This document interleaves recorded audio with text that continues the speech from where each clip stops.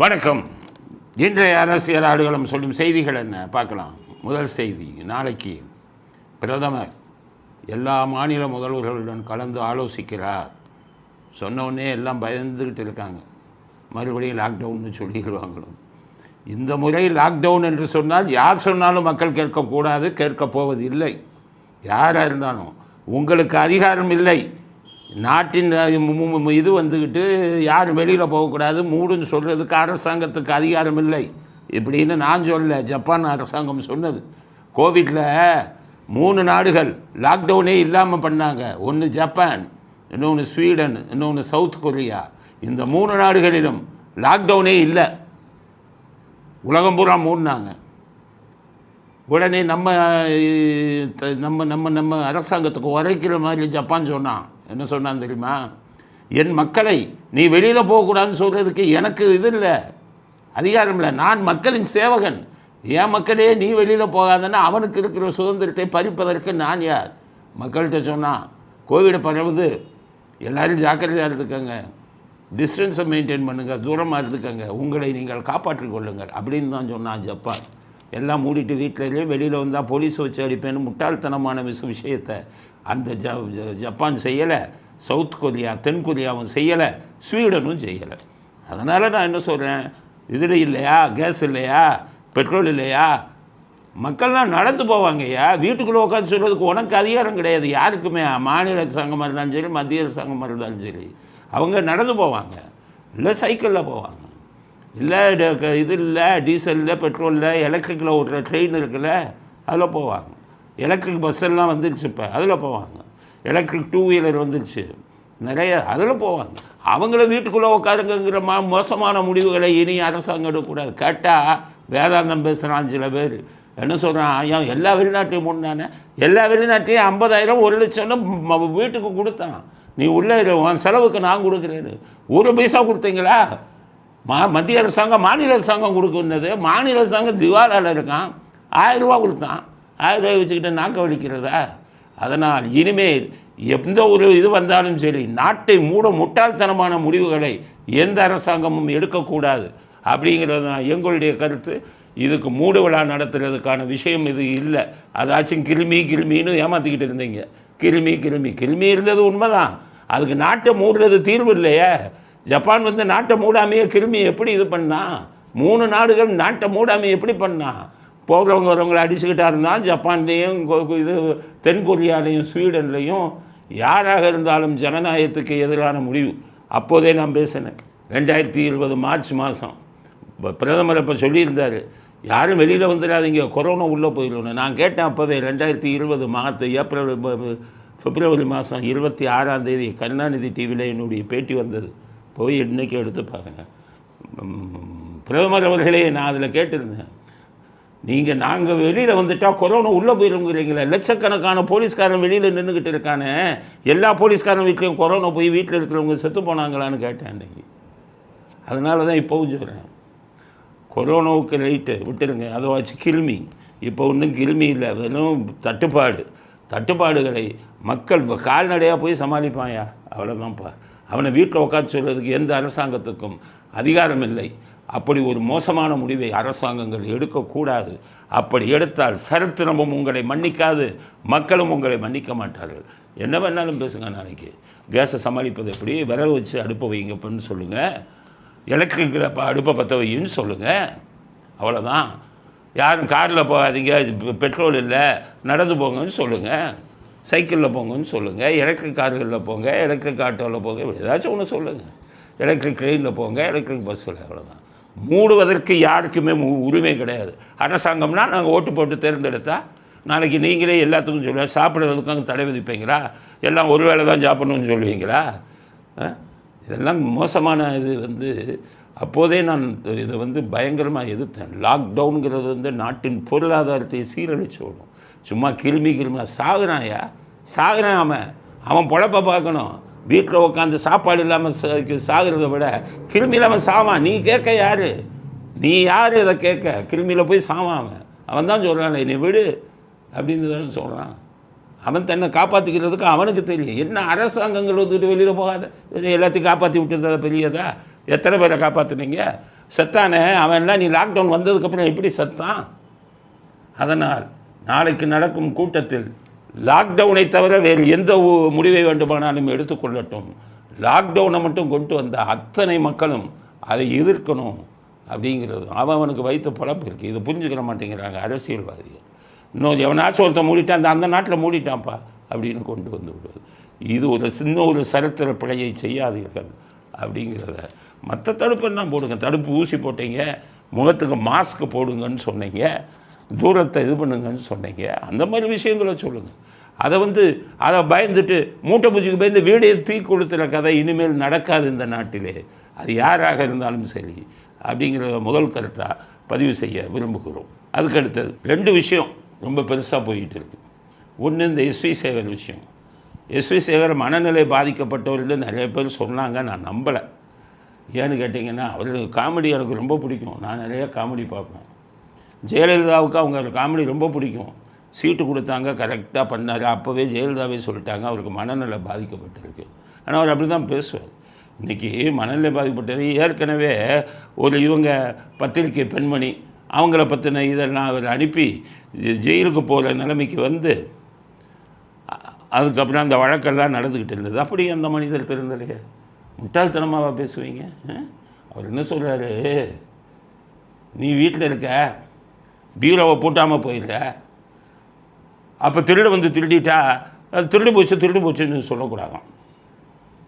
நாளைக்கு மேதாவி சொல்கிறார் எஸ்வி சேகர், நாளைக்கு நீ தான் ஜாக்கிரதையாக இருக்கணும், நீ மூடாமல் போயிட்டா நான் நாளைக்கு போலீஸை பற்றி குறை சொல்லுவியான்னு கேட்கிறாரு. இந்த தமிழகத்தில் பாலியல் குற்றங்கள், இந்த பாலியல் குற்றங்கள் அப்படிங்கிறது நீங்க யோசிச்சு பார்த்தீங்கன்னா இது சட்டம் ஒழுங்குக்கும் பாலியல் குற்றத்துக்கும் நீங்க யோசிச்சு பார்க்கணும்.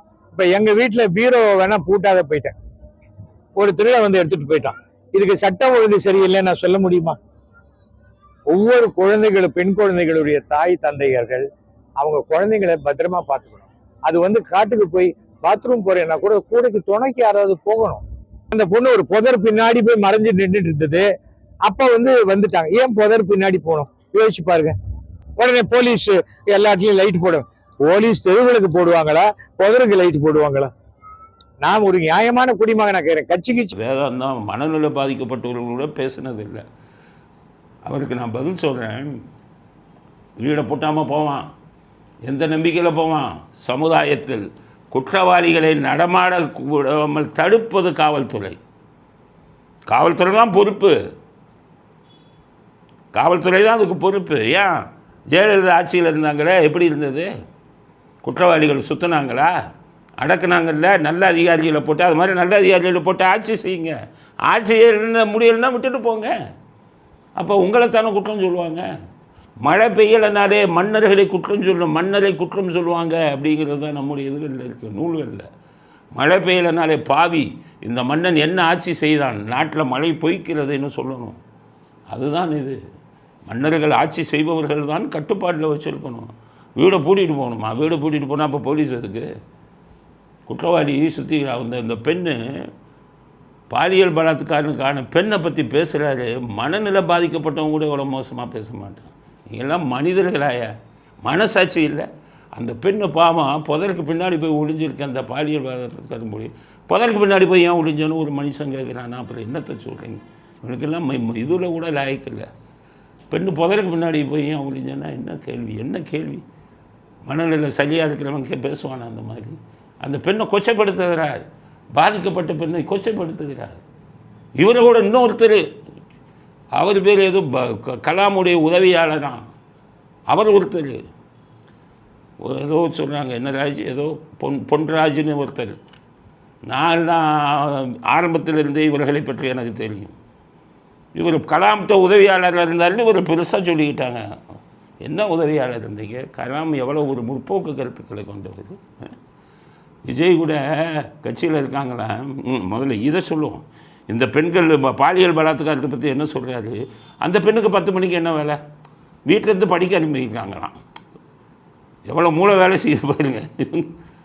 கலாமுக்கு எப்படியா நீங்கள்லாம் உதவியாளராக இருந்தீங்க? வீட்டிலேருந்து படிக்க அனுப்புனாங்களாம். இந்த மாதிரி இந்த பெண்ணு வந்து 10 மணிக்கு ஹாஸ்டல்லேருந்து வெளியில் போகுதான். என்ன நீ ஏன் வெளியில் போனேன்னு கேட்குறது. அப்போ பிள்ளைகளை வந்து படிக்க வச்சு மதுரையிலேருந்து அனுப்பிவிட்றாங்க. நீ வந்து ஹாஸ்டலில் இங்கே படிக்கிறீங்க. நீங்கள் ஹாஸ்டலில் படிக்கிற பிள்ளை எதுக்கு நீங்கள் 10 மணிக்கு போய் அங்கே போய் போகிறீங்க? இல்லை, இப்படி சொல்லக்கூடிய வாதம் குற்றவாளிகளுக்கு ஆதரவாக மாறி ஆதரவாக கிடையாது. அந்த பெண்ணை வந்து படிக்கிற மாதிரி சமூக பொறுப்பு வேணுன்றதுக்காக நான் சொல்கிறேன். நான் நாட்டு நம்பணுமியா? நல்ல முதலமைச்சர், நல்ல காவல்துறை எங்களை காப்பாற்றுவாங்கன்னு அந்த பொண்ணு நம்பிச்சு. காந்தி என்ன சொன்னார்? நடு இரவிலே ஃபுல், அதாவது ஒரு பெண் நகையை அணிஞ்சிட்டு வெளியில் வந்து அவள் கற்புக்கும் அவளுடைய பொருளுக்கும் ஆபத்து ஏற்படாமல் என்று இருக்கிறதோ அன்றைக்கு தான் உண்மையான சுதந்திரம் சொன்னார்ல. வச்சிங்களா? அதெல்லாம் படிச்சிருக்கீங்களா? நான் மனிதரையா நீங்கள்லாம் குற்றவாளிக்கு சாதகமாக பேசுகிறீங்களா? அவங்க சொல்லி இது பண்ணிட்டாங்கன்னா அதனால் வந்து அதை நியாயப்படுத்துகிறார். இப்படி கலாம் எப்படி ஒரு வச்சுருந்தாலே தெரியல, நியாயப்படுத்துகிறார். 2 மணிக்கு 10 மணிக்கு ஏன் போனாங்க அப்படின்னு. போயா 10 மணிக்கு, உன்னால் முடியலைன்னா நீ போ. உனக்கு என்ன, நீ எல்லாம் ஒரு நல்ல மனிதர், திறமையான மனிதர் ஆட்சியில் இருந்தால் இதை கட்டுப்படுத்துவாங்க. உனக்கு என்ன தெரியும் காவல்துறையை பற்றி? ஏபிசிடி தெரியாது. காவல்துறை பற்றி பேச அதுதான் காவல்துறை எதுக்கு நைட் ரவுண்ட்ஸ் போகிறான்? காவல்துறை பகலில் கூட எதுக்கு குற்றவாளிகளை கண்காணிக்கிறான்? மற்ற ஆட்சியிலெல்லாம் இந்த மாதிரி நடந்ததா? பாலியல் பலாத்காரங்கள் இரும்பு கரும் கொண்டு அடக்கினார்கள். ஜெயலலிதா இருக்கும்போதெல்லாம், எம்ஜிஆர் இருக்கும்போதெல்லாம் இப்படி நடந்திருக்கா? பாருங்க, இரும்பு கரும் கொண்டு அதில் அடைக்கினாங்க.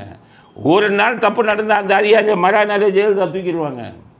வேறு அதிகாரி, நல்ல அதிகாரி போடுங்க, அந்த மாவட்டம் மோசமாக இருக்குன்னு. இதுதான் ஆட்சியாளர்களின் வேலை. ஏபிசிடி கூட தெரியாமல். இப்போ அடுத்ததுக்கு வர விஜய் கட்சியில் சேர்ந்த பெண்கள்லாம் விபச்சாரிகளாம். அண்ணா கல்யாணம் பண்ணிக்கிறோம். அண்ணாவா இருந்தாலும் அண்ணாவாகவும் இருப்போம், தங்கச்சியாகவும் இருப்போம், நாங்கள் தங்கச்சியாக இருப்போம், அக்காவாகவும் இருப்போம், பொட்டாட்டியாக இருப்போம்னு சொல்லக்கூடிய ஒரு விபச்சாரிகள் நிறைந்த ஒரு ரசிகைகள் இருக்கக்கூடிய ஒரு தற்குறி கூட்டம் இங்கே இருக்கு. எவ்வளவு தைரியமே அந்த நாட்டில் இருந்து பேசுகிறதுக்கு உங்களை மாதிரி ஆளுங்க. நான் கூட முதல்ல இவர் வந்து இது அப்துல் கலாம் பேரில் ஒரு பார்ட்டி தொடங்கினார். நல்லா பொதுமக்கள் நல்லா கவனிச்சுக்கோங்க. அப்துல் கலாம் பேரில் ஒரு அரசியல் கட்சி தொடங்குகிறார். என்ன சொன்னாங்க? அப்துல் கலாமின் உறவினர்களுக்கு சொந்த அண்ணன் இருக்கார், அவருக்கு அப்துல் கலாமை பற்றி நல்லா தெரியும். அப்துல் கலாம் உதவியாளர்களில் யார் நல்லவர் யார் கெட்டவர் அவங்க குடும்பத்துக்கு நல்லா தெரியும். இவர் கட்சி ஆரம்பித்தோன்னா முதல் எதிர்ப்பு அவங்க தெரிவித்தாங்க. இவர் வந்து எங்கள் உறவினர், அவர் அப்துல் கலாம் பேரில் கட்சி தொடங்கக்கூடாதுன்னு. ஏன்? அவர்களுக்கு இவரை பற்றி நல்லா தெரிஞ்சு வச்சுருந்துருக்காங்க. பேரை கெடுத்துருவார், அப்துல் கலாம் பேரை வச்சுக்கிட்டு இதை மோசடி பண்ணுவாருன்னு தெரிஞ்சு வச்சுக்கிட்டு அவங்க இவர் பேரில் அப்துல் கலாம் பேரில் கட்சி தொடங்கக்கூடாதுன்னா உயர் நீதிமன்றம் வரை இந்த வழக்கு வந்தது. கடைசியில் அப்துல் கலாம் பேரில் கட்சி தொடங்குவதற்கு இவருக்கு அனுமதி கொடுக்கலையே. நாங்கள் கூட நேதாஜி பேரில் கட்சி தொடங்கியிருக்கோம். அந்த யாரையாச்சும் எங்களை எதிர்க்க சொல்லுங்கள். உங்களையே எதிர்த்தாங்க, அவங்க குடும்பமே எதிர்த்திருக்க. அப்போ என்ன அர்த்தம்? நீங்கள் யார் என்பதை அப்துல் கலாமின் குடும்பமே புரிந்து வைத்து கொண்டு தான் உங்களுக்கு அவர் பேரை வச்சு மோசடி பண்ணுவீங்க, பேரை வச்சு கெடுத்துருவீங்கிறதுக்காகத்தான் கட்சிக்கு அனுமதி கொடுக்குறார். அதுக்கப்புறம் கமலஹாசன் கட்சியில் போய் சேர்ந்தார். கேளுங்க, இப்போ எந்த கட்சியில் இருக்காருன்னு கேளுங்க. இவர் சொல்கிறார், விஜய் கட்சியில் இருக்கிற பொம்பளை பெண்கள் இருக்காங்க விபச்சாரிகள்னு சொல்கிறீங்களே. யாரோ ஒரு பெண்ணு சொல்லியிருக்கலாம், விஜயை நான் கல்யாணம் பண்ணணும்னு சொல்லியிருக்கலாம். எனக்கு வீட்டில் சொல்லி இது பண்ணுறவங்கள கூட நான் கேட்க மாட்டேன் அப்படின்னு கூட சொல்லியிருக்கலாம். அந்த 2-3 பெண்கள் வந்து அந்த மாதிரி சொன்னால் விஜய் கட்சியில் இருக்கிற ஒட்டுமொத்த பெண்களும் விபச்சாரிகளா? யார் உங்களுக்கெல்லாம் எந்த யூனிவர்சிட்டியை படிச்சுட்டு வந்தீங்க? கேவலமான மனிதர், கேவலமான சிந்தனை. முதல்ல இப்போ சொல்கிறேன், இவர் வந்து 2-3 செக்ஷனில் குற்றத்தை புரிந்திருக்கிறார். அது ஒன்று சொல்கிறேன், நோட் பண்ணிக்கோங்க. என்ன செய்யணும்னு நான் சொல்கிறேன். சட்ட ரீதியாக இவருக்கு என்னென்ன தண்டனை வாங்கி கொடுக்கணும். இவருக்கு மொத்தம் கிட்டத்தட்ட 7 வருட தண்டனை வாங்கலாம். ஒன்று நான் சொல்கிறேன். முதல் டெஃபமேஷன் 499 500 ஐபிசி, ஓல்டு ஐபிசி. இப்போ அதில் பிஎன்எஸ் என்ன வருதுன்னு பார்த்துக்கலாம். 499 500 இதில் முதல்ல இவர் மேலே வழக்கு தொடருங்க. ஒன்று. இன்னும் 2 செக்ஷன் வருது. 504 ஐபிசி 3 வருஷம் தண்டனை. 509 ஐபிசி 2 வருஷம் தண்டனை. இந்த 3 செக்ஷன்லேயும் ப்ரைவேட் கம்ப்ளைண்ட்டு எல்லா ஊர்களிலும் இருக்கக்கூடிய மேஜிஸ்ட்ரேட் கோர்ட்டுகளில் விஜய் கட்சியைச் சேர்ந்த ஒரு பெண் தனி புகாராக ப்ரைவேட் கம்ப்ளைண்ட்டாக 200 CRPஸில் கொடுக்கலாம். விஜய் கட்சிக்கு அவர் உங்களுக்கு சொல்கிறேன், விஜய் தலைமைக்கு சொல்கிறேன், ஒவ்வொரு மேஜிஸ்ட்ரேட் கோர்ட்லேயும் உங்கள் கட்சியை சேர்ந்தவங்களை பொன்ராஜ் மேலே வழக்கு பதிவு செய்ய சொல்லுங்கள். 499, 500, 509, 504 எல்லாத்தையும் வழக்கு பதிவு செய்யுங்க. 7 வருடம் அந்த ஆளுக்கு நீங்கள் தண்டனை வாங்கி கொடுக்கலாம். ஒவ்வொரு மேஜிஸ்ட்ரேட் கோர்ட்லேயும் கேஸை போடுங்க. அதுபோக அந்த அவங்க இப்போ மகளிர் அணியில் இருக்கிறவங்க சிவில் டெஃபமேஷன் போட்டு ஆளுக்கு 1 கோடி கேளுங்க. ஒவ்வொரு ஊர்லேயும் ஒவ்வொருவங்களும் இதை போய் திமுக காரனா செய்வான். இவர்கள் தூண்டி விட்டதே திமுக காரன் தான். திமுகவின் கைக்கூலியாக அவர் சேர்ந்திருக்கார் அப்படிங்கிறது தான் அவர் மீது எங்களுடைய குற்றச்சாட்டு. இந்த செக்ஷனில் பூரா பொன்ராஜ் அவருக்கு மேலே வழக்கு தொடர வேண்டும். அத்தனை ஊரில் இருக்கக்கூடிய பெண் நிர்வாகிகள் உங்கள் ஐடி கார்டை வச்சுக்கோங்க. நான் வந்து மகளிர் அணியை சேர்ந்தவன். மகளிர் அணியை சேர்ந்த எல்லா பெண்களும் விபச்சாரின்னு ஒரு சொல்லியிருக்காரு. போடுங்க. யார் யாருக்கு சட்ட ஆலோசனை வேணுமோ என்கிட்ட கேளுங்க, நான் உங்களுக்கு சொல்கிறேன். தமிழ்நாடு பூரா போடுங்க. அப்புறம் என்னென்ன பண்ணணும்னு நான் சொல்கிறேன். ஹைகோர்ட்டில் டெஃபமேஷனு, சிவில் டெஃபமேஷன் ஷூட் எப்படி போடணும், இது கிரிமினலுக்கு டெஃபமேஷன் நான் சொல்கிறது. அதுக்கப்புறம் சிவில் எப்படி போடணும் அதையும் சொல்கிறேன். ஈவன் உங்களுக்கு உமன்ஸ் ஹராஸ்மெண்ட் ஆக்ட் கூட வரும். முதல்ல இதெல்லாம் போட்டு இந்த மனிதருக்கு சரியான பாடத்தை கற்பியுங்கள். கமலஹாசன் கட்சியில் இருந்துட்டு இப்போ எங்கே போனாருன்னு தெரியலை, இப்போ எந்த கட்சியில் இருக்காருன்னு தெரியல. இப்போ வந்துக்கிட்டு திமுக காரங்க அவரை உபயோகித்து பணத்தை கொடுத்து எலெக்ஷன் டைமில் இந்த மாதிரி பேசுங்கன்னு பேச வைத்திருக்கிறார்கள். கூலிக்கு மாரடித்திருக்கிறார் இந்த பொன்ராஜ். இதுதான் ஒட்டுமொத்த இவங்களை நான் சொல்கிறேன். விஜய் கட்சிக்காரவங்களை மட்டும் சொல்லலை, எல்லா தமிழ் உள்ளங்கள் எல்லாருக்கும் சொல்கிறேன். ஒரு தமிழ் பெண்களை விபச்சாரி என்று சொல்வதற்கு இந்த ஆளுக்கு யார் அதிகாரம் கொடுத்தது? ஒட்டுமொத்த தமிழ் சமுதாயமும் இந்த ஆள் மேலே வந்து நடவடிக்கை எடுக்கணும் அப்படிங்கிறத சட்ட ரீதியான நடவடிக்கைகள் அனைத்திற்கும் நான் உங்களுக்கு ஆலோசனை சொல்கிறேன். நான் இப்போ கேஸ் போட முடியாது. மகளிர் அணியை சேர்ந்தவங்க தான் கேஸ் போட முடியும். அதனால் தான் சொல்கிறேன். இல்லைன்னா நானே கேஸை போட்டிருக்கேன். இதை வந்து விஜய் இவங்க வந்து எலெக்ஷனில் ரொம்ப பிஸியாக இருக்கீங்கன்னு நினைக்காதீங்க. இவர் மாதிரியால் இந்த எஸ்வி சார் மாதிரி மனநலம் பாதிக்கப்பட்டவங்களுக்கெல்லாம் உடனடியாக இது போன்ற நடவடிக்கைகள் தான் தேவை. எஸ்வி சார் சொல்கிறார், என்கவுண்டர் போட்டால் எல்லாம் சப்போர்ட் பண்ணுறீங்க. எல்லா என்கவுண்டரையும் சப்போர்ட் பண்ண முடியாது. எதிர்க்க வேண்டிய என்கவுண்டருங்க நிறையா இருக்குது. காவல்துறை அதிகாரத்தை தவறாக பயன்படுத்தி ஒருத்தர் என்கவுண்டரில் சுட்டால் எதுக்கணும். மோசமான குற்றவாளிகள் அவங்கள காவல்துறை சுட்டால் அப்போ காவல்துறைக்கு ஆதரவு அளிக்கணும். உங்களை மாதிரி எல்லாத்தையுமே என்கவுண்டர்னால் எதுக்கக்கூடாதுன்னு அர்த்தமா? நான் லிஸ்ட்டு கொடுக்கவா எத்தனை என்கவுண்டரில் காவல்துறை தப்பான ஆட்களை வேண்டுனே பல சுயநலத்துடன் என்கவுண்டர் பண்ணியிருக்காங்கன்னு சொல்லவா? அப்போ அஜித்குமாரை கூட அடித்து கொண்டாங்க, நாங்கள் அதை வந்து எதிர்க்கக்கூடாதா? அது என்கவுண்டர்லனால அடித்து கொண்டு இருக்காங்கல்ல. காவல்துறை செய்யும் அத்தனை விஷயத்தையும் நியாயப்படுத்த முடியுமா மிஸ்டர் எஸ்வி சேகர்? அதனால் நல்ல டாக்டராக போய் சைக்காட்ரிக் டாக்டராக போய் முதல்ல செக் பண்ணுங்கள். பொன்ராஜ் ரெடி ஆகிக்கங்க ஜெயிலுக்கு போகிறதுக்கு. எனக்கு வந்து விஜய் ரசிகர்கள் மட்டும் எனக்கு வந்து விஜயுடைய கட்சிக்காரவங்க எனக்கு வந்து ஒத்துழைப்பு கொடுத்தாலும் உங்களை உள்ளதுலேயே கன்விக்ஷன் வாங்கிடுவேன். நான் அவங்க ஒத்துழைப்பு கொடுக்கணும், நான் போட முடியாது. இல்லைன்னா 7 வருஷம் உங்களுக்கு வாங்காமல் விட முடியாது மாட்டோம். ஏன்னா உங்கள் வீடியோ போதும், மிகப்பெரிய எவிடன்ஸ். சரியாக உள்ள மாட்டுவீங்க. இனிமேலாச்சும் ஒழுங்காக இது பண்ணிகிட்டு இருங்க. அந்த அப்துல் கலாம் பேரை கெடுக்காதீங்க. அவ்வளோ பெரிய உயர்ந்த மனிதர் பேரை வந்து அதுக்காகத்தான் கரெக்டாக அவங்க குடும்ப உறுப்பினர்கள் நீங்கள் இப்படியெல்லாம் பண்ணுவீங்கன்னு தான் அவர் பேரில் நீங்கள் கட்சி வைக்கக்கூடாதுன்னு எதிர்ப்பு தெரிவித்தாங்க. சரியாகத்தான் தெரிவித்திருக்கிறார், செஞ்சுருக்காங்க. அவர்களுக்கு உங்களை பற்றி தெரிஞ்சிருக்கு. இப்போது தான் நாட்டு மக்களுக்கு உங்களை பற்றி தெரிகிறது அப்படிங்கிறத மிக கடுமையான எதிர்ப்பை பொன்ராஜ் என்ற மனிதருக்கு நாங்கள் தெரிவித்துக் கொள்கிறோம். நானே தெரிவிச்சுக்கிறேன். எங்களுடைய கட்சி சார்பில், நேதாஜி மக்கள் கட்சி இயக்கத்தின் சார்பில் வன்மையாக கண்டிக்கிறோம் பொன்ராஜை அப்படிங்கிறது முதல் கட்ட கருத்து. அடுத்தது வேல்முருகன், அந்த திமுக கூட்டணி கட்சியில் இருந்தவர். அவர் இன்னைக்கு வெளியில் வந்து பேசியிருக்காரு. அதிகாரிகள் தானே ஆட்சி நடத்திக்கிட்டு இருக்காங்க, இதுதான் முதல்ல தெரியுமே. ஸ்டாலினுக்கு ஆட்சி நடத்த தெரியாது அவருக்கு. எல்லா அதிகாரிகள் பல உதாரணங்கள் என்னால் சொல்ல முடியும். ஒவ்வொரு அதிகாரியும் என்னென்ன பண்ணிக்கிட்டு இருக்காங்க எல்லாம் எனக்கு தெரியும். எனக்கு அவ்வளவு செய்திகள் வந்திருக்கு. உரிய நேரத்தில் அந்தந்த அதிகாரிகளை எதிர்த்து நாங்கள் பண்ணுவோம், விடவே மாட்டோம். மக்களுக்கு எதிராக என்னென்ன பண்ணியிருக்காங்க அப்படிங்கிறதெல்லாம் எங்கள் கையில் இருக்குது. காவல்துறையிலே நிறைய அதிகாரிகள் விஷயம் எங்கள் கையில் இருக்குது. அது அப்பப்போ நாங்கள் வந்து அந்த அதிகாரிகள் இது பண்ணுவோம். மன்னராட்சி மாதிரி மன்னராட்சியில் அப்படி தான். மன்னர் வீட்டுக்குள்ளே தூங்குவார். மந்திரிங்க தான், அதுலேயாச்சும் மந்திரிங்க. இதெல்லாம் காவலாளிகளே ஆட்சி செய்யக்கூடியது வந்திருக்கு. அதிகாரிகளே ஆட்சி செய்யக்கூடாது. அது சொல்கிறாரு. அது சொல்லிவிட்டு ஒரு உதாரணம் சொல்கிறார். துரைமுருகன் ஸ்டாலினை பார்க்க அவர் வீட்டுக்கு வந்தாராம். அவங்க வீட்டில் ஒரு உதவியாளர்னு இருப்பாங்க இவருக்கு. அங்கே சண்முகநாதன் இருந்தார் அவங்க அப்பா இருக்கும்போது. ஆனால் அவர் நல்ல மனுஷன், எல்லாத்தையும் ரொம்ப சகஜமாக பேசுவார். எல்லோரும் யாரும் தலைவரை பார்க்கணுன்னு வருவாங்க, ஏதாச்சும் ஒரு வேலை பார்க்க வச்சுருவார். அப்படி பார்க்க முடியலைன்னா அன்பாக சொல்லி, தலைவர் கொஞ்சம் உடம்பு சரியில்லைப்பா, கொஞ்சம் ரெஸ்ட் எடுக்கிறார், நாளைக்கு வா, நானே பார்க்க வைக்கிறேன். அப்படி நடத்திக்கிட்டு இருந்தார் கருணாநிதி. அவர் வந்து துரைமுருகன் வந்தார் அங்கே ஸ்டாலினை பார்க்க.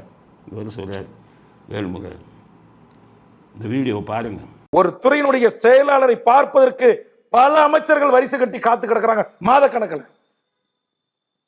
ஒரு அதிகாரமிக்க பொறுப்பில் இருக்கிற ஒருவரை பார்ப்பதற்கு சில ஆண்டுகளாக அந்த அமைச்சர்களுக்கு அப்பாயின்மெண்டே இல்லை. உங்களுக்கு தெரியுமா அந்த உண்மை? நான் சொல்லட்டும் ஆதாரப்பூர்வமா. திமுகவுடைய பொதுச்செயலாளராக இருக்கிற துரைமுருகன் நேற்று என்ன வெளியேற்றப்பட்டதை குறித்து பத்திரிகையாளர் கேட்ட கேள்விக்கு நையாண்டி செய்கிறாரே, நக்கல் செய்கிறாரே, அவர் முதலமைச்சர் வீட்டில் முதலமைச்சருடைய ஒரு செயலாளரை பார்ப்பதற்கு 3 மணி நேரம் காத்து கிடந்தார். அவர் பார்க்க மறுத்து விட்டார். கண்ணீரோடு பார்க்காமல் அவர் வண்டியில ஏறி வீட்டுக்கு போனார். வையரிப்பு வைத்தவர் வேல்முருகன். துரைமுருகனால் சத்தியம் செய்து மறுக்க முடியுமா? சவால் விடுறேன். அப்ப யார் ஆட்சி செய்யறார்? என்னுடைய மண்ணை, என்னுடைய மக்களை, என் மக்கள் போட்ட ஓட்டில் இருக்கிற நாட்டுடைய அமைச்சர்கள் ஆட்சி செய்யணும், முதலமைச்சர் ஆட்சி செய்யணும், பியூரோகிரசி ஆட்சி செய்யக்கூடாது, தமிழர் விரோத கூட்டம் ஆட்சி செய்யக்கூடாது. அப்போ வேல்முருகன் 2 மணி நேரம் காத்துக்கிட்டு இருந்தாராம். 2 மணி நேரமோ 3 மணி நேரமோ. அவருடைய ஸ்டாலினுடைய பிஏவே பார்க்க முடியலாம். பிஏங்கள்லாம் சாதாரண ஆளுங்க கருணாநிதி வீட்டில். சண்முகநாதன் ஒன்றும் கெஸ்டட் பிஏ இல்லை, ஐஏஎஸ் இல்லை. அவங்கெல்லாம் வீட்டில் வச்சுருக்க மாட்டாங்க. ஐஏஎஸ் எல்லாம் அங்கே தான் இருப்பாங்க. இங்கே சாதாரண ஆளுங்களை தான் வைப்பாங்க. கருணாநிதி இருக்கும்போது செக்ரட்டேரியட்டில் ஒரு இதாக வேலை செஞ்சார் சண்முகம்னு, அவர் தான் பிஏ. அவங்கெல்லாம் சாதாரணமாக இருப்பாங்க. இவர் வீட்டில் என்ன பிஏ வச்சுருக்காருன்னு தெரியல. 2 மணி நேரம் காக்க வச்சுட்டு கடைசியில் பார்க்க முடியலையா ஒரு மந்திரியை. அது என்ன பிஏ? அவர் யாருன்னு தெரியணுமே, அந்த பிஏ யாருன்னு தெரியணுமே. அவ்வளவு சக்தி வாய்ந்த பிஏவா? ஒரு மந்திரியை உள்ளே விட மாட்டேன்ட்டாரா? அதுலேருந்து என்ன புரிஞ்சுக்கணும், பிஏ எப்போவுமே தன்னிச்சையாக முடிவு எடுக்க மாட்டான். அவன் என்ன பண்ணுவான்னு கேட்டிங்கன்னா, முதல் பேர் வந்துட்டார் துரைமுருகன் அப்படின்னா அங்கேருந்து ஃபோன் அடிப்பான். யாருக்கு? முதலமைச்சர். சார் இந்த மாதிரி மந்திரி துரைமுருகன் வந்திருக்காரு, என்னை பார்க்கணுங்கிறாருன்னு. ஸ்டாலின், சீக்கிரம் பார்த்து என்னன்னு கேட்டு அனுப்பியா அப்படின்னு சொல்லியிருந்தால் அடுத்த நிமிஷம் கூப்பிட்டுருவான், சார் வாங்கன்னு. இவர் என்ன சொல்லியிருப்பார், அந்த அளவுக்கு வேலை இல்லை, பார்க்காதையான்னு இருப்பார். உடனே என்ன பண்ணுவான், பிஏ பார்க்க மாட்டான். பிஏ சொல்கிறதெல்லாம் அங்கேருந்து உத்தரவு வரணும். அப்போ துரைமுருகனை வந்து பார்க்காதுன்னு சொன்னவர் ஸ்டாலின் தான். நிர்வாகத்தை பார்த்தவங்களுக்கு தெரியும். ஒருவேளை பழைய கோபமோ என்னமோ தெரியல. ஏன்னா கருணாநிதியோடு இருக்கும்போது துரைமுருகன் ஸ்டாலினை பார்த்து இதுங்கெல்லாம் எங்கே உருப்பட போகுது, இது நான் உண்மையிலே சொன்னேன், இது துரைமுருகன் இதெல்லாம் எங்கே உருப்பட போகுது, இதுங்கெல்லாம் நாளைக்கு வந்து கட்சியை எங்கே பார்த்த போகுதுன்னு சொன்னவர் அப்போவே சொன்னார். அதை மனதில் வைத்து கொண்டு தான் அவர் வந்து துரைமுருகனை பண்ணுறாருங்கிறது ஒரு கருத்து. 2வது கருத்து, மந்திரிகள்லாம் அடிக்கிற கொள்ளையில் ஸ்டாலினுக்கு பங்கு கொடுக்குறாங்க. ஆனால் இவர் வந்து துரைமுருகன் 1 பைசா கொடுக்க மாட்டார். அந்த கோபமும் இருக்கலாம் இல்லையா? அது அப்போ எப்படி இவர் துரைமுருகன் இதை தாங்கி கொண்டிருக்கிறார் எனக்கு புரியலையே. ஏன்னா கருணாநிதி இருக்கும்போது கோபாலபுரத்தில் மாடியில் இருப்பார். அப்படி உள்ளே போனோடனே மாடிக்கு போகணும். துரைமுருகன் வந்தோடனே இவர் கீழே இவர் உட்காந்துருப்பார் சண்முகநாதன். அவர் பார்ப்பார், மற்றவங்க யாரும் போக முடியாது. துரைமுருகனை பார்த்தா ஒன்றுமே கண்டுக்க மாட்டார். துரைமுருகன் யார்கிட்டையும் கேட்க மாட்டார், அவர் பாட்டுக்கு எந்திரிச்சு மேலே போயிடுவார். கருணாநிதி அவர்கள் உத்தரவு. அங்கே பார்த்தீங்கன்னா கருணாநிதி பனியனோடு இருப்பார், லுங்கியை கட்டிட்டு. துரைமுருகன் வந்தானே, என்ன தர அப்படிம்பார். எவ்வளோ உரிமையாக இருந்தார் தெரியுமா? ராத்திரி சில சமயம் தூக்கம் வராது கருணாநிதிக்கு, 2 மணி வேறு. அவர் 2 மணிக்கு தான் தூங்குவார், 4-4:30 எந்திரிச்சுடுவார். ஆனால் சில சமயம் அந்த 2 மணிக்கு அவருக்கு தூக்கம் வராது. வரலைன்னா துரைமுருகனுக்கு தான் ஃபோன் அடித்து, தர தூக்கம் வரல, கொஞ்சம் வீட்டுக்கு வாம்பார். வீட்டுக்கு வந்தால் பேசிக்கிட்டே இருப்பார், முடிஞ்சு. அப்போ அவன் இவங்களுக்கெல்லாம் தூக்கம் வரும். அப்படி துரை என்று கருணாநிதியால் அழைக்கப்பட்டவர் இரவு 2 மணியில் அவருக்கு தூக்கம் வரவிட்டால் இந்த துரையைத்தான் கூப்பிடுவார். அந்த துரைக்கு இன்று ஸ்டாலின் ஆட்சியில், ஸ்டாலின் குடும்பத்தில் எவ்வளவு கேவலமான விஷயம் நடந்துக்கிட்டு இருக்குன்னு புரிஞ்சுக்கோங்க. எவ்வளவு பிரச்சனை, எவ்வளவு அவமானங்களை எல்லாம் தாங்கி இருக்கிறார் தெரியுமா துரைமுருகன்? நடந்த விஷயத்தை சொன்னேன். மேலே அவரை கண்ணாடிட்ட விட்டு பேசிட்டு வருவார், கீழே படிக்கட்டில் வரும்போது இவர்கள் குடும்பத்தைச் சேர்ந்த குடும்ப உறுப்பினர்கள் ஒருத்தர், நான் பேரை சொல்ல விரும்பல, திட்டுவாங்க அவர் துரைமுருகன், எங்கள் அப்பாவை நீ தாண்டா கெடுக்கிறம்பாங்க, திட்டுவாங்க.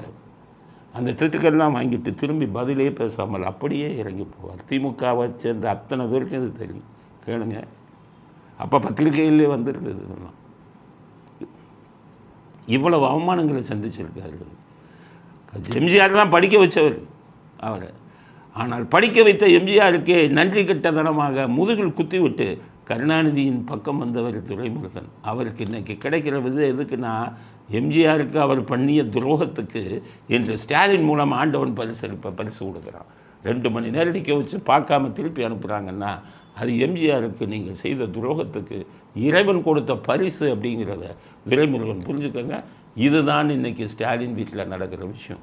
கருணாநிதி இருக்கும்போது கூட பிஏக்களின் அட்டகாசம் இங்கே இல்லை. சண்முகநாதனையும் எனக்கு தெரியும், சண்முகங்கிற பேரில் இருந்த பிஏவிலேருந்து எல்லாத்தையுமே எனக்கு தெரியும். எல்லாம் சாஃப்டானவங்க, அமைதியானவங்க. இவ்வளவு அதிகாரத்தை செலுத்த மாட்டார்கள். இங்கே இவ்வளவு அதிகாரத்தை வச்சுட்டு கட்சியை சீரழித்து கொண்டிருக்கிறார் ஸ்டாலின். பெரியவங்களெல்லாம் சீனியர்கள்லாம் மனம் குமுறிக்கிட்டு இருக்காங்க. இன்றைக்கி என்னாச்சு? எலெக்ஷனு கூட்டணி எல்லாரும் இதாகிட்டாங்க. 6 என்று சொல்லி எங்களை ஏமாற்றி விட்டார் ஸ்டாலின் அப்படின்னு கூக்குரல் விடுறாங்க எல்லாமே. 6 சொல்லியே எங்களை ஏமாற்றிட்டார் அப்படி. அது என்ன 6? ஒரு முதலமைச்சர் பொய் பேசலாமா? உங்கள் கூட்டணி கட்சிகள்கிட்ட பொய் பேசலாமா? வலது கம்யூனிஸ்ட் உங்கள்கிட்ட பேசினேன், அவங்க சொல்கிறாங்க எங்கிட்ட 6-5 வச்சுக்கோங்கன்னு சொல்லியிருந்தா கூட பரவாயில்ல. இவங்களுக்கு பிரேமலதாவுக்கு 6 கொடுக்குறேன்னு சொல்லிட்டேன். அந்த 6 கொடுக்குறதுக்கும் உங்கள்கிட்ட இருந்து ஒரு 1 வேணும், அதனால் நீங்கள் 5 ஆக்கிக்கங்கன்னு எங்களை பொய் சொல்லி ஏமாற்றினாருங்கிறாங்க வலது கம்யூனிஸ்ட். இடது கம்யூனிஸ்ட் உங்கள்கிட்டையும் பேசணும். இதே தான் அங்கேயும் சொல்லியிருக்காங்க, பிரேமலதா கட்சிக்கு கொடுக்கணும் 6 தொகுதி, அதனால் உங்கள் 6ல் 1 குறைச்சிக்கங்க அப்படின்னு இருக்காங்க. இப்போ மதிமுகவே அப்படி தான் ஏமாற்றிருக்காரு ஸ்டாலின். அவங்களுக்கு போன தடவை 6, பிரேமலதாவை கொடுக்கணும் ஒரு 2 வேணும் அப்படின்னு. மதிமுக என்ன சொல்லியிருக்காங்க தெரியுமா தலைவர்கள்? சுவாஜினேசன் ஒரு பாட்டில் பாடுவார், பாவ மன்னிப்பு. சிலர் சிரிப்பார், சிலர் அழுவார், நான் அழுது கொண்டே சிரிக்கின்றேன் அப்படின்னு சொல்லுவார். அந்த பாட்டை சொல்கிறாங்க மதிமுக தலைவர், நாங்கள் அழுது கொண்டே சிரிக்கிறோம் அப்படின்னு. எங்கள் பொழப்பு இப்படி ஆயிடுச்சு. 6 சொல்லி எங்கிட்ட ஒன்று பரிசு கடைசி அந்த அம்மாவுக்கு 10 கொடுத்து கூட்டணி கட்சி தலைவர்களிடம் பொய் பேசி ஏமாற்றி இருக்கிறார் அப்படின்னு சொல்கிறாங்க. நான் சொல்ல, கட்சி இவங்கெல்லாம் எதிர்கட்சி இவங்கெல்லாம் வயிறு எழுகிறாங்க, அவங்களுக்கு இவ்வளோ கொடுத்தாங்களே. ஆக கூட்டணி கலகலத்து கொண்டு இருக்கிறது. அதனால் எந்த கூட்டணி, இப்போ கமலஹாசன் ரசிகர்கள் ஓட்டே போட மாட்டான், எங்களுக்கு 2 கொடுக்குற இந்தா எதிரடிக்கு ஓட்டு யாருக்காச்சும் போட்டு போயிடும். மதிமுக அப்படி தான், வேலை செய்ய மாட்டான், ஓட்டும் கிடையாது. அது மாதிரி கம்யூனிஸ்ட்டு முழு மனதுடன் உங்களுக்கு வேலை செய்ய மாட்டாங்க. 25 கூட்டணின்னு வைக்கலைங்க, கூட்டணி கட்சிகளே உங்களை காலை வாரி விடுவார்கள். காரணம், முதல்வருக்கு பொய்ங்கிறது தேவையில்லை, உண்மையை தான் பேசணும். இல்லைன்னா அவர்களை ஏமாற்றியதாக அவர்களுக்கு இப்போ நினைக்கிறாங்க. அதுக்கிடையில் திமுக கட்சியிலேருந்து இதுக்கு ஸ்டாலினுக்கு சொல்லியிருக்காங்க, இந்த தொகுதி அவருக்கு கொடுத்துருக்கீங்க, இங்கே இது விஜயகாந்த் கட்சியில் ஆளே இல்லை, தொண்டர்களே இல்லைன்னு இப்போ மெசேஜ் அனுப்பிக்கிட்டே இருக்காங்க. ஸ்டாலின் தலை சுற்றி போயிருக்காரு, நான் கையெழுத்து வர போட்டார் ஒப்பந்தத்தில் ஸ்டாலின். இப்போ என்னுடைய கணிப்பு என்னென்னா, காங்கிரஸ் 28, விடுதலை சிறுத்தை 8, நமக்கு இதெல்லாம் 5 இதெல்லாம் மொத்தம் சேர்த்திங்கன்னா 50-60 60லேயும் திமுக காலி. உங்கள் கூட்டணி கட்சி பூரா காலி ஆகுது. இந்த கருணாஸுக்கு வேறு ஒரு சீட்டு எவ்வளோ கேவலமான நிலைமையில் இருக்காரு பாருங்கள் ஸ்டாலின். கருணாஸுக்கு முக்குளத்தோரோட இன்னொன்று என்னென்னா, 25-26 கட்சி வச்சுருக்காருல்ல, இந்த கட்சி பேரெல்லாம் எடுத்து எலெக்ஷன் கமிஷனில் வெரிஃபை பண்ணுங்க. ஒருத்தர் அங்கே கட்சியாகவே பதிவு செய்யலை, அவன் பேருக்கு கட்சி விட்டுக்கிட்டு ஒரு சீட்டு. கருணாஸ் எல்லாம் கட்சியெல்லாம் எப்போ போயிடுச்சு, ஒருத்தனும் பதிவு செய்யலை. ஏன் கருணாஸுக்கு ஜெயலலிதா கொடுக்கலையான்னு கேட்பாங்க, நீங்கள் கேட்பீங்க. ஸ்டாலின் கொடு, ஜெயலலிதா ஏன் கொடுத்தாருன்னு சொல்கிறேன். ஒரு பெரிய சினிமா நடிகர், பழம்பெரும் நடிகர், அவர் மகன்களும் சினிமா நடிகர்கள். அவர் என்ன பண்ணார், இந்த கருணாஸ் போய் அந்த மகன் நடிகர்கள்ட்ட போய் கையில் விழுந்து காலில் விழுந்து எனக்கு ஜெயலலிதா அதில் ஒரு சீட்டு வாங்கி கொடுங்க அப்படின்னு கெஞ்சினார். அவங்க சொன்னோன்னே அந்த பழம்பெரும் நடிகர் ஜெயலலிதாட்ட போய் அம்மா எனக்கு கருணாஸ் ஒரு சீட்டு வேணும் அப்படின்னு ஒன்று அந்த ஒரு கட்சி மாதிரி முக்குளத்தூர் இந்த படம் முக்குளத்தூரில் ஒருத்தம் கூட ஓட்டு போட மாட்டான் அவருக்கு அவ்வளோ நல்ல பேர் கருணாஸுக்கு அப்படின்னு சொல்லி சீட்டை வாங்கினாங்க ரெக்கமெண்டேஷனில். இவர் அப்படி இல்லையா, இவருக்கு ஓட்டு இருக்குதுன்னு சொல்லி ஏமாற்றப்பட்டு வாங்குகிற சீட்டை கொடுத்துருக்காரு ஸ்டாலின். அதுதான் உண்மை. ஆக கூட்டணி இந்த லட்சணத்தில் நடந்து கொண்டிருக்கிறது. திமுகவின் கூட்டணி கட்சிகள் இருக்கும் அத்தனை தொகுதிகளிலும் இவர் எதிர்கட்சிகள் ஜெயிச்சிருவாங்க. ஆனால் ஏடிஎம்கே என்டிஏவோ இல்லை விஜய் கட்சியோ அவங்க தான் ஜெயிப்பாங்க, அந்த கூட்டணி கட்சிகள். அது உறுதியாச்சு. இதில் திருமாவளவன் அடிக்கடி மதச்சார்பற்ற மதவாத கட்சி அப்போ ஜாதி பேரில் கட்சி வச்சுக்கலாம், ஆனால் மத பேரில் கட்சி வைக்கக்கூடாதா? அது என்ன அப்போ நீங்கள் ஜாதிவாத கட்சி இல்லையா? நீங்கள் எதுக்கு எடுத்தாலும் மதவாத கட்சி யார்? ஜாதி வெளி இருக்கலாமா, மத அபிமானம் இருக்கக்கூடாதாம். அதுதான் திருமாவளவனின் இது. ஆக இந்த லட்சணத்தில் போய் கொண்டிருக்கிறது தமிழ்நாட்டிலே கூட்டணி விவகாரங்கள் அப்படிங்கிறது அடுத்த கட்ட கருத்து. அடுத்து இந்த சேகர்பாபு அந்த அளவுக்கு இது தாங்கவே இல்லைப்பா. கண்ணு கட்டிய தூரம் வரை எதிரிகள் இல்லையா, அப்போ கண்ணு சரியில்லைன்னு அர்த்தம். எங்களை பொறுத்தளவே எங்கள் கண்ணு கட்டிய தூரம் வரை எதிரியே தெரியவில்லை என்று தான் நாங்கள் சொல்லுவோம். கண்ணு கட்டிய தூரம் வரை எதிரிகள் இல்லை என்னென்ன எதை பார்த்து சொல்ல. அப்போ இந்த ஜெயிலில் இருந்துட்டு வந்தவங்களுக்கெல்லாம் வெளியில் விலை நிறுவனம் அந்த விலை நிலவரம் தெரியாது. ஒரு படத்தில் கவுண்டமணி ஜெயிலில் இருப்பார். ரொம்ப நாள் கழித்து வெளியில் ஒரு தேங்காய் விலை கேட்பார். அவங்க சொல்லுவாங்க 5 ரூபாம்பாங்க. இன்னும் 1 ரூபா தானே தேங்காயா 5 ரூபா. அவன் கேட்பான் ஜெயிலில் இருந்து வரையோ அப்படின்னு. விலை நிலவரம் தெரியாமல் பேசலையே. அது மாதிரி இவர் ஸ்டாலின் வீட்டுக்குள்ளேயே இருக்கார், வெளியிலே வர்றது. வீட்டுக்குள்ளே இருந்துட்டு ஆடல்லே வேலை பார்த்துக்கிட்டு இருக்கார். அதனால் வெளியில் நிலவரம் என்னன்னே தெரியல. கண்ணு கட்டிய தூரம் போல எதிரிகளே இல்லையா? என்ன கண்ணு கட்டிய தூரம்? அப்போ கண்ணு சரியாக தெரியலன்னு அர்த்தம். இல்லைன்னா வீட்டை விட்டு வெளில வரலன்னு அர்த்தம். அதனால் உங்கள் தொகுதியே அது ஊசலாடி கொண்டிருக்கிறது மிஸ்டர் சேகர்பாபு. துறைமுகத்தில் இப்போ சாருக்கு பின்னாடி ஆயிரக்கணக்கான ஓட்டை உங்கள் தொகுதியில் காலி பண்ணிட்டாங்க. நீங்கள் என்ன பழைய கணக்கிலேயே போய் ஓட்டை போட்டுடலான்னு நினைக்காதீங்க. இப்போ கள்ள ஓட்டெல்லாம் போட முடியாது. உங்கள் ஓட்டெல்லாம் காலி. தொகுதி நிலவரம் மாறி போச்சு. உங்கள் தொகுதியில் இஸ்லாமியர்கள் அதிகம். போன தடவை அதிமுக பாஜகவோட சேர்ந்துருந்ததுன்னு ஒட்டுமொத்த இஸ்லாமியர்களும் உங்களுக்கு ஓட்டு போட்டாங்க. இந்த தடவை இஸ்லாமியர்கள் சுதாரிச்சுட்டாங்க. இல்லை விஜய் இருக்காருப்பா, அவரும் நம்ம மைனாரிட்டி, அவரும் சிறுபான்மை சமூகத்தை சேர்ந்தவர் அப்படின்னு இஸ்லாமியர்களுடைய பெண்கள் இவங்க பசங்கள்லாம் இளைஞர்கள்லாம் உங்களை கவுக்கிறதுக்கு முடிவு பண்ணிட்டாங்க. எலக்ட்ரிக்கை கட் பண்ணுவீங்க. போன தடவை வட இந்தியர்கள் உங்கள் தொகுதியில் இருக்கிற வட இந்தியர்கள் ஓட்டு போடலன்னு எலக்ட்ரிக்கெல்லாம் கட் பண்ணிங்க, தண்ணியெல்லாம் கட் பண்ணிங்க. இது இந்தமாதிரி அதுவும் நடக்காது. ஏன்னா அவங்களும் முடிவு பண்ணிட்டாங்க. இந்த தடவை எலக்ட்ரிக்கெல்லாம் கட் பண்ணிங்கன்னா ஆட்சி மாறினோன்னா பிடிச்சி உள்ளே போட்டுருவாங்க. அவ்வளோதான். அதனால் எடப்பாடியே டெபாசிட்டு வாங்குவாரான்னு கேட்குறாரு. இவர் டெபாசிட்டு தான் வாங்குவாராங்க. எடப்பாடியை பற்றி கவலைப்படாதீங்க, முதல்ல உங்களை பற்றி கவலைப்படுங்க. அதனால் ஏதோ உங்களுக்கு ரெக்கமெண்டேஷன் சில பெண்களுக்கெல்லாம் சீட்டு வாங்கி கொடுப்பீங்கல்ல, அந்த ரெக்கமெண்டேஷனை முடிச்சுட்டு ஆர்டர்லி வேலையை ஒழுங்காக பார்த்துட்டு உங்கள் சீட்டை வாங்குறதுக்கு முடிவு பண்ணுங்கள், முயற்சி செய்யுங்கள். ஜெயிப்பதற்கு முயற்சி செய்யாதீர்கள், அது நடக்காது அப்படிங்கிறத புரிஞ்சுக்கங்கிறத சேகர்பாபுவுக்கு செய்தியாக தெரிவிக்க விரும்புகிறேன். அதாவது ஹைகோர்ட்டில் கேஸ் போட்டிருக்கார் ஒருத்தர், திமுகவோட எம்பி கிரிராஜன். நயினார் நாகேந்திரன் மேலே வழக்கு பதிவு செய்யுங்கிறார். வழக்கு பதிவு செய்ய சொல்லி ஈடியை ஈடிக்கு இது கொடுக்கணுமா, ஆணை பிறப்பிக்கணுமா ஹைகோர்ட். ஏன் ஈடிக்கு ஆணை பிறப்பிக்கணும்னா, போன எலெக்ஷனில் ஒரு 4 கோடி ட்ரெயினில் கொண்டு வந்தாங்க, அது விசாரணை நடந்துக்கிட்டு. அது நயினார் நாகேந்திரன் பணம் தான் 4 கோடி. அதனால் இவரை நயினார் நாகேந்திரன் மேலே ஈடியை வழக்கு பதிவு செய்யுங்க. பாருங்களா, ஈடி 1020 கோடியில் ஆதாரத்தோடு கொடுத்துருக்கான். அதுக்கு எஃப்ஐஆர் போட்டு கைது பண்ண மாட்டேங்கிறீங்க, கேள்வி வழக்கு பதிவு செய்ய மாட்டேங்கிறீங்க. இந்த லட்சணத்தில் இவர் போய் நயினார் நாகேந்திரனா 4 கோடியாம் எலெக்ஷன் டைமில் ட்ரெயினில் கொண்டு வந்தாங்களா. இப்போ பிடிக்கிறாங்கல்ல இந்த பழக்கம் படை, அவங்கெல்லாம் கார் எடுத்துகிட்டு பார்ப்பாங்க. அதில் 4 கோடி இருக்குன்னா பிடிச்சி உள்ள ஜெயிலில் போட்டுருவாங்களா? எலெக்ஷன் டைமில் வர்ற பணம் அதுக்கெல்லாம் ஜெயில் போட மாட்டோம். அதில் வழக்கப்பதிவு செய்யணுமா? யோகியர்கள் உத்தமர்கள் கேட்குறான் பாருங்க. அதனால் ஈடிக்கு உத்தரவிடணும். முதல்ல 1020 கோடிக்கு உங்கள் மேலே KN மேலே எஃப்ஐஆர் போட்டு அவரை கைது பண்ணுங்க.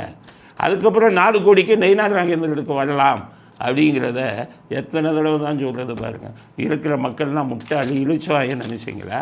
எந்த வழக்கு வேண்டாலும் போடுவீங்களா? ஹைகோர்ட்டில் தூக்கி போட்டு டிஸ்மிஸ் பண்ணுறானா இல்லையான்னு பாருங்கள். அப்படிங்கிறத அந்த திமுக எம்பிக்கு செய்தியாக சொல்ல விரும்புகிறோம். இத்துடன் இன்றைய அரசியல் ஆடுகளம் நிறைவு பெறுகிறது. மீண்டும் நாளை புதிய செய்திகளுடன் உங்களை சந்திக்கிறோம். நன்றி, வணக்கம், ஜெயந்த்.